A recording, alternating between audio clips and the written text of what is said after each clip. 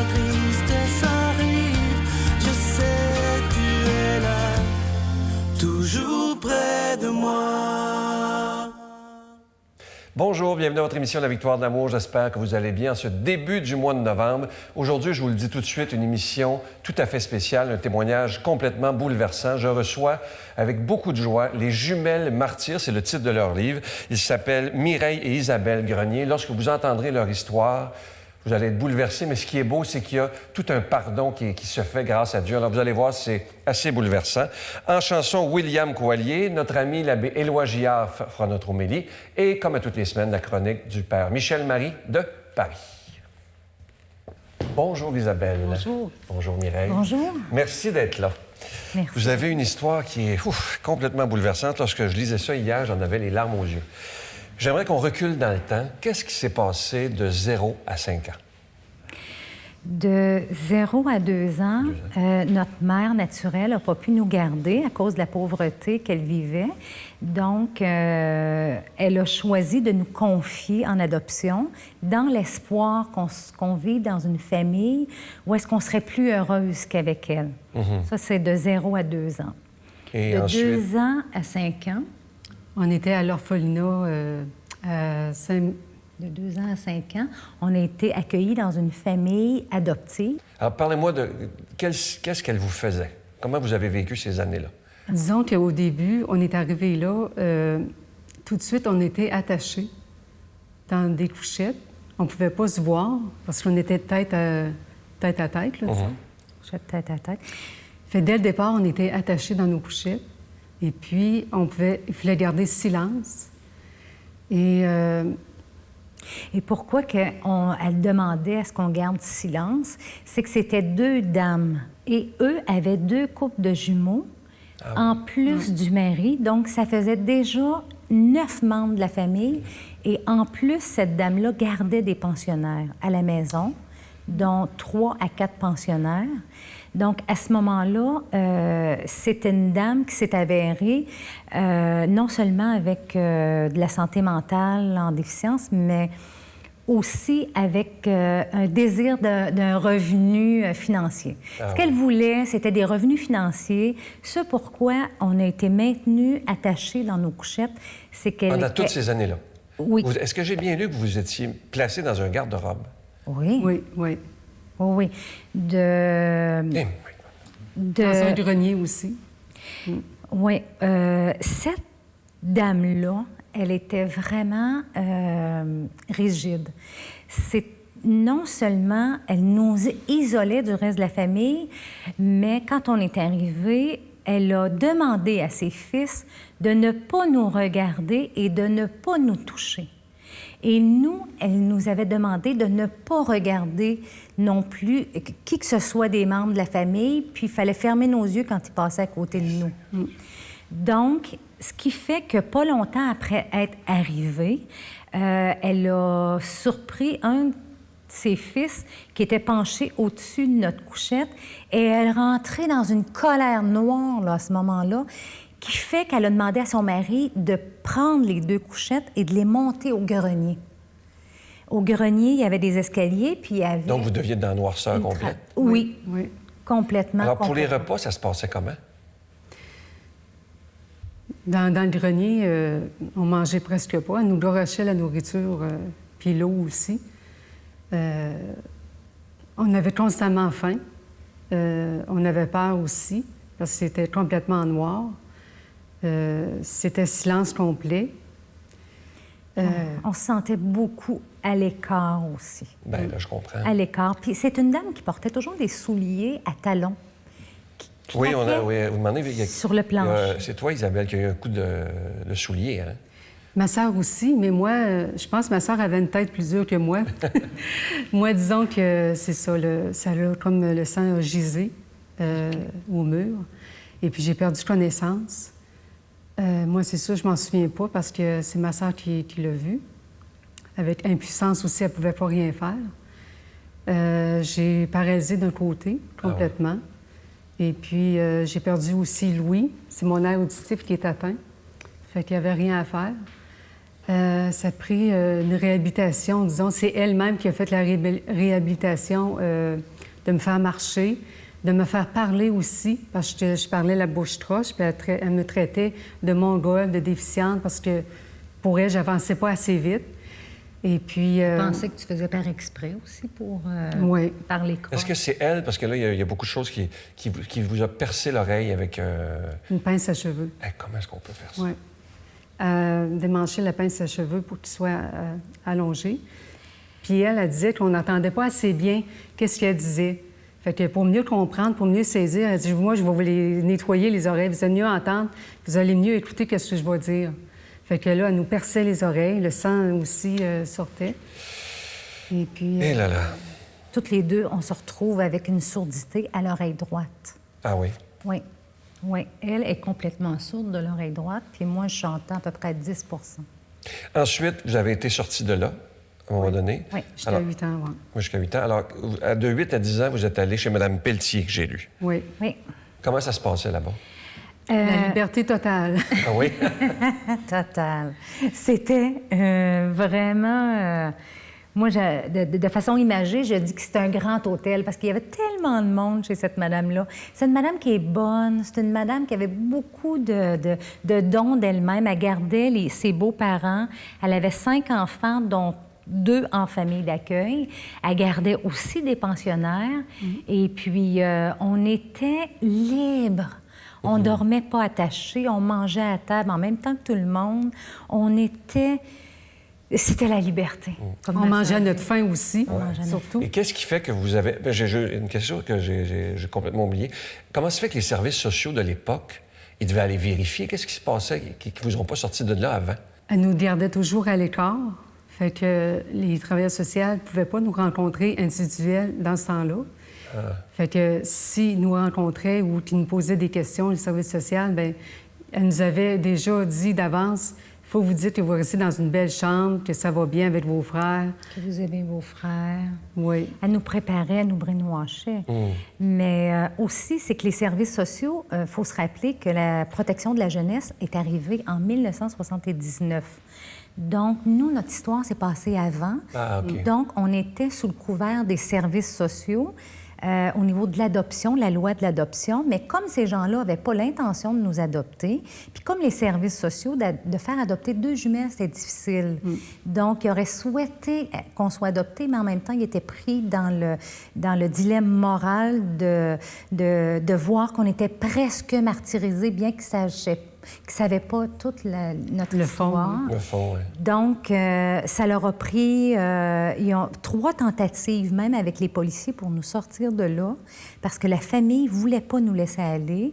Ils faisaient du marchandage avec eux, ils voulaient nous vendre.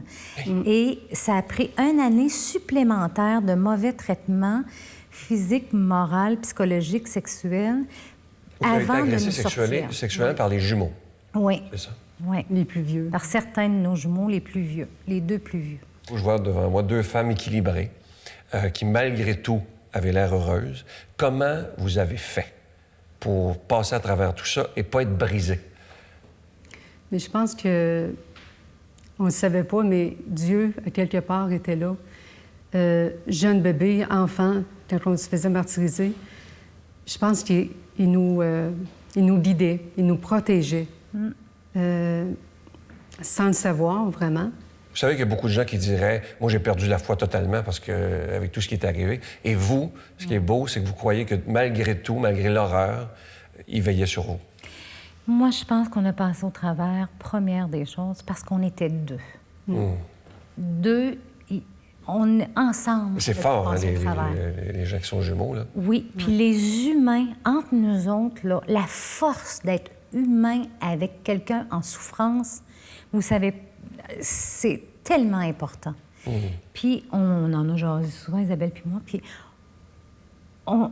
personnellement, moi, je me suis toujours sentie protégée. Je ne savais pas, étant jeune, que c'était le divin, là, mais je nous ai toujours sentis à l'abri, même si on recevait des coups, même si... Mais c'est vrai que c'était l'horreur. Et oui, j'en ai nourri de l'agressivité, j'en ai nourri de la rage, jusqu'à me dire, à l'âge de 19 ans, moi, là, je peux plus respirer sur la même planète qu'elle. Question délicate en terminant. Avez-vous réussi à pardonner? Est-ce qu'elle est encore vivante? Oui. Elle est encore vivante. Puis moi, je vais vous dire, c'est la question la plus difficile que je peux entendre. Je vous comprends, d'ailleurs. Il a fallu que je règle ça à un moment donné. Puis ma façon à moi de l'avoir réglé, c'est de dire, Seigneur, toi, tu es plus grand que moi, tu es plus bon que moi, ton cœur est plus grand, je te donne ça. Toi, c'est ta job de pardonner.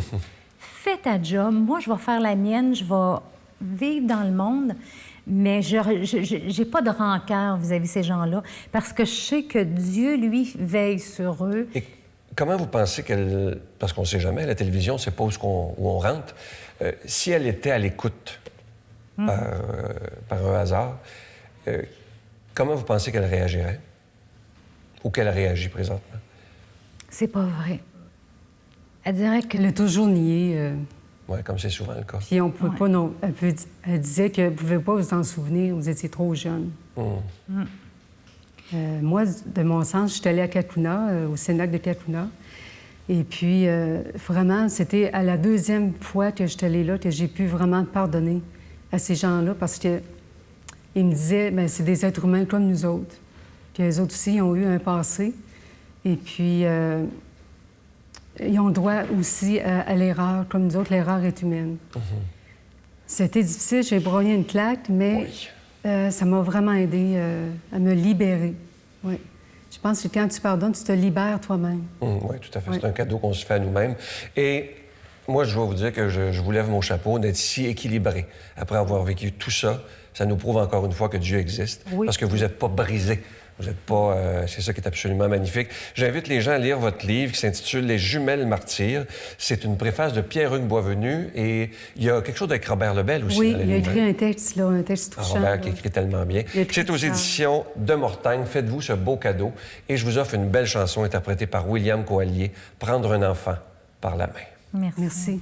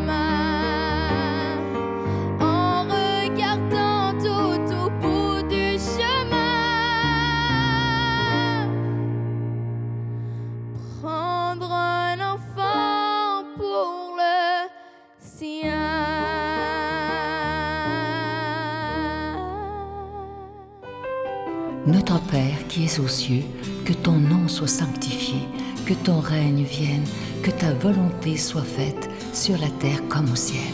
Donne-nous aujourd'hui notre pain de ce jour. Pardonne-nous nos offenses comme nous pardonnons à ceux qui nous ont offensés. Ne nous laisse pas entrer en tentation, mais délivre-nous du mal, car c'est à toi qu'appartient le règne, la puissance et la gloire pour les siècles des siècles. Amen. La victoire de l'amour présente Marie, mon secret, icône de la beauté divine. Avec le Père Michel Marie plongé dans cette véritable retraite spirituelle de plus de 6 heures sur Marie, Mère de Dieu. Et apprenez comment il peut naturellement nous guider vers son Fils. À partir de 49,99, obtenez-le en ligne sur lavictoiredelamour.org en format DVD au 514-523-4433 ou le 1-888-811-92-91. Laissez enfin Marie vous combler de sa grâce.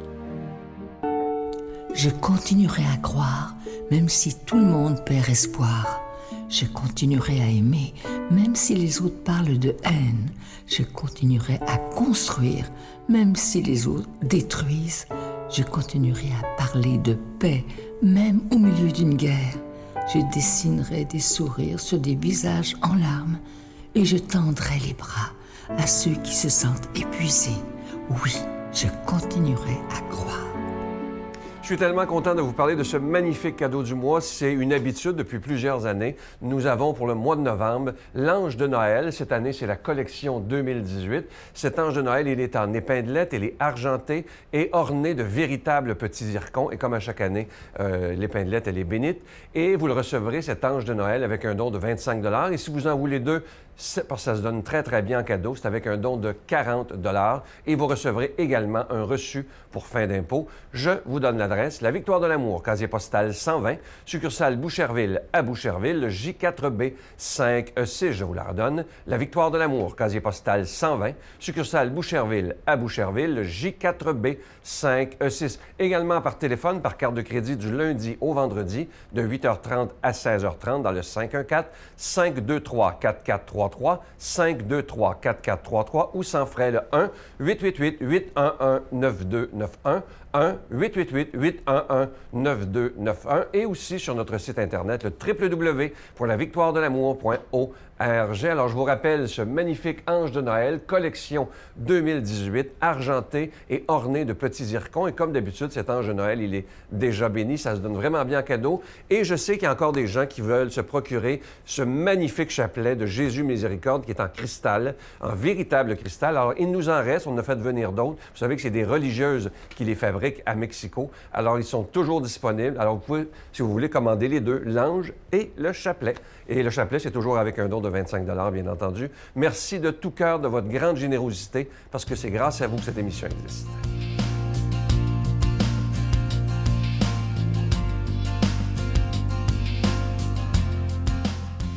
Et voici la question du jour.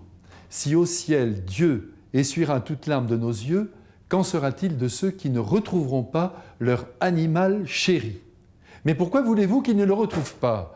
Il y a des chiens et des chats, et même des ânes et des chevaux, qui ont rendu d'immenses services à l'homme, dans le travail, mais aussi dans l'ordre de l'amour. Et cela depuis 2 siècles. Et comme nous le savons, Dieu récompense tous les vivants qui ont fait preuve de bonté. Dans le travail, tenez, pensez à tout ce que les bœufs, par le passé, ont tiré de charrettes et de charges de foin et de luzerne. Pensez à tous les carrosses, à tous les fiacres qui ont trimballé des centaines de milliers de personnes. Pensez à nos frères les ânes, si attachants, avec leurs croix noires sur leur pelage et les charges de bois qu'ils ont portées des forêts vers les maisons pour que les enfants aient chaud devant leur cheminée éclairée de flammes. Pensez aux chiens qui ont aidé et aident encore les bergers à préserver leurs troupeaux. Pensez à tous les chiens d'aveugles, compagnons si bien dressés qui se substituent à la personne humaine pour rendre l'obscurité lumineuse. Pensez aux chats, aux petits chats qui ne laissent aucune chance à la souris de manger votre grain ou de dévorer vos archives dans le grenier. Et pensez à toutes les personnes abandonnées à la solitude et qui n'ont que leur petit animal pour recevoir un peu de tendresse. Entre nous, il est d'ailleurs désastreux et inacceptable que des personnes en soient réduites à recevoir seulement un peu d'amour de nos frères les animaux, pour parler comme saint François d'Assise. Mais quoi, eh oui, souvent, Dieu délègue un petit chien ou un petit chat pour prendre notre place. Et ces derniers s'en sortent très bien. Leur intelligence, leur sensibilité, j'irais même jusqu'à dire leur cœur, directement asservi à leur instinct qui vient de Dieu, en font des compagnons de vie merveilleux. Et il n'y a donc aucune raison pour qu'ils retournent au néant. Ils seront, eux aussi, récompensés. Vous verrez. Je pense à un chien qui, à Paris, avait été recueilli par une famille et qui, tous les samedis, s'éclipsait. On l'a suivi et on a découvert qu'il rejoignait alors son ancien maître, un clochard, qui mendiait à la porte d'une église. Eh bien, croyez-moi, ce bon chien venait le soutenir en tenant dans sa gueule sa casquette. Eh bien, celui-là, croyez-moi, je le crois au ciel. Saint chien. Maintenant, les moustiques et les mouches, ça c'est une autre affaire. J'avoue que je ne sais pas ce qu'ils vont devenir. Il me semble en tout cas que les animaux qui ont aidé les hommes dans leurs difficultés de vie demeureront à nos côtés dans le royaume de Dieu. Et puis, que serait une terre nouvelle et des cieux nouveaux sans oiseaux qui chantent? À bientôt. Mon Dieu, donnez-moi la sérénité d'accepter les choses que je ne peux changer, le courage de changer les choses que je peux et la sagesse d'en connaître la différence. Amen.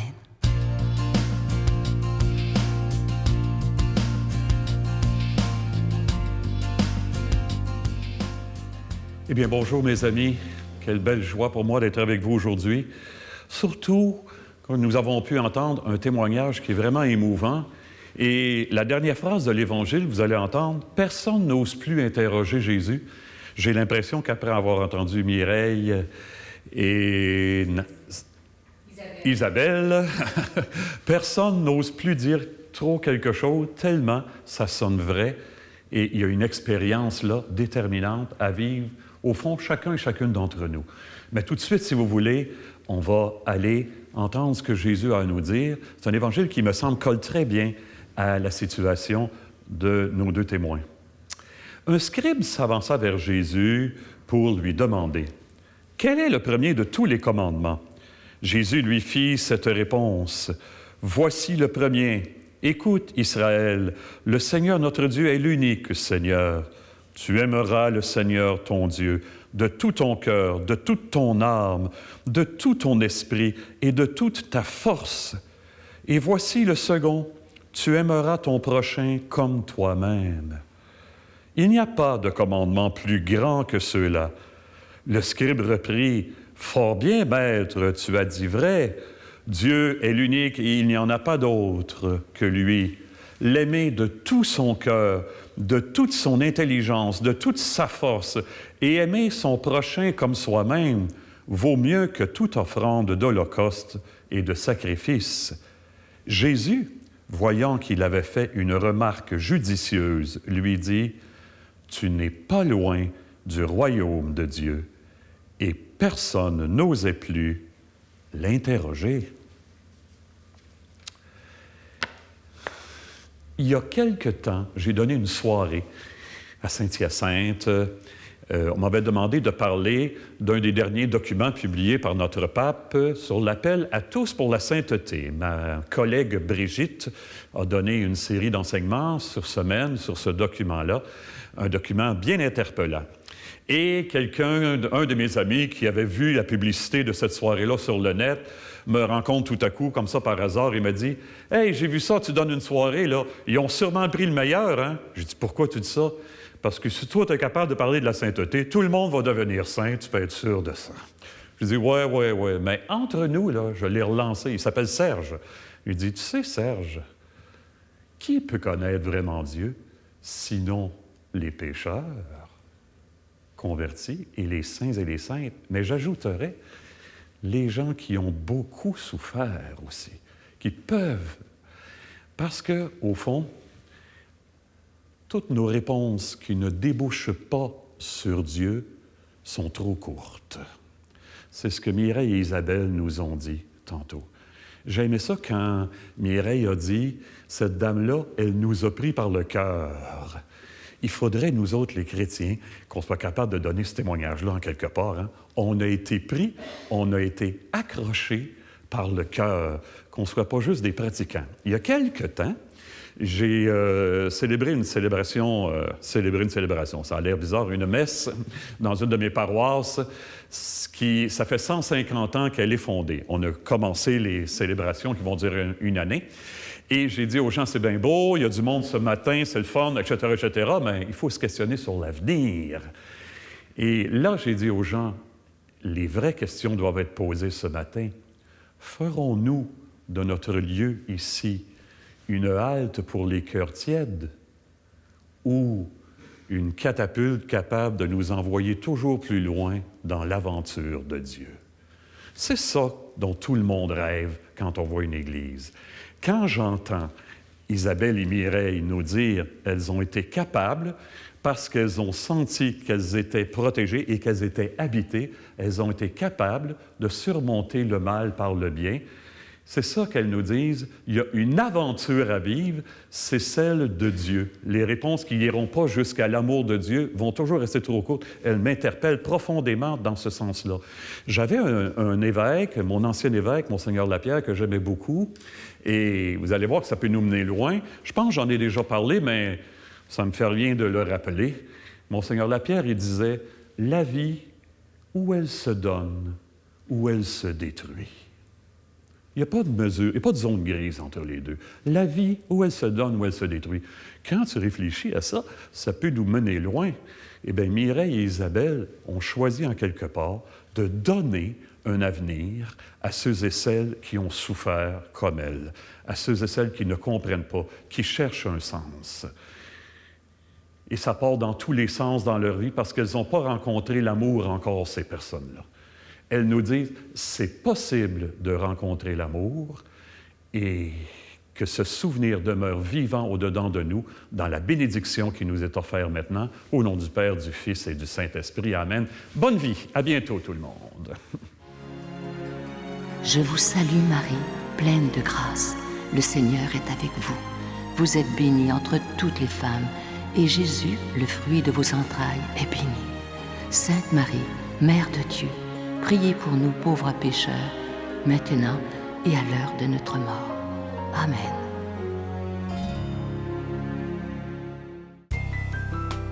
La Victoire de l'amour vous invite à venir vivre des moments inoubliables en Italie en compagnie du Père Michel Marie, Miguel Padilla, Brigitte Bédard et la participation occasionnelle de Sylvain Charon. Nous visiterons Venise, Vérone, Pise, Florence, Assise, Tivoli et Rome, la ville éternelle. Célébration eucharistique avec le Père Michel Marie. Nous assisterons aussi à l'audience générale avec le Pape François au Vatican du 1er au 13 juin 2019. Information 514-288-6077 ou sans frais 1-800-465-3255. C'est dans 10 jours exactement qu'on aura ce bonheur d'aller vivre un beau pèlerinage, une belle journée au sanctuaire Notre-Dame-du-Cap. Vous savez, je vous en parle depuis quelques semaines, il y a des autobus qui partent d'un peu partout au Québec. Je vous donne les villes. C'est Montréal, Québec, Beauce, Sherbrooke, Victoriaville, Drummondville, Saint-Hyacinthe, Granby, Longueuil, Lanaudière et Laval. Et ceux qui seront avec nous pour cette belle journée tous ensemble, il y aura Sœur Angèle, Brigitte Bédard, Miguel sera avec nous, Giorgia Fumanti, je serai là également. Et celui qui nous reçoit, c'est Monseigneur Pierre-Olivier Tremblay, le nouvel évêque auxiliaire de Trois-Rivières. Il n'a que 47 ans, un être absolument adorable, toujours avec son grand sourire. Vous allez beaucoup, beaucoup l'aimer. Il collabore d'ailleurs de temps en temps à la Victoire de l'amour. Alors, pour réserver, c'est très important. Je vous dis qu'est-ce qu'il y a d'inclus. Alors, premièrement, on va commencer notre journée. On va aller visiter le Musée des religions du monde. Ensuite, il y aura un mini-spectacle de Giorgia Fumanti, visite de la basilique et de son historique. On va comprendre comment ça s'est construit. Célébration eucharistique avec Monseigneur Tremblay. Ensuite, une rencontre avec toute l'équipe de la Victoire de l'amour et de Monseigneur Pierre-Olivier Tremblay. Le dîner, le souper est inclus, transport en autocar de luxe, tout ça pour 149 $. Toutes les taxes sont incluses. Réservez rapidement. Il y a déjà plein de monde qui ont réservé. Et moi, j'ai très hâte de vous y rencontrer. Bonne journée. À demain. Bye.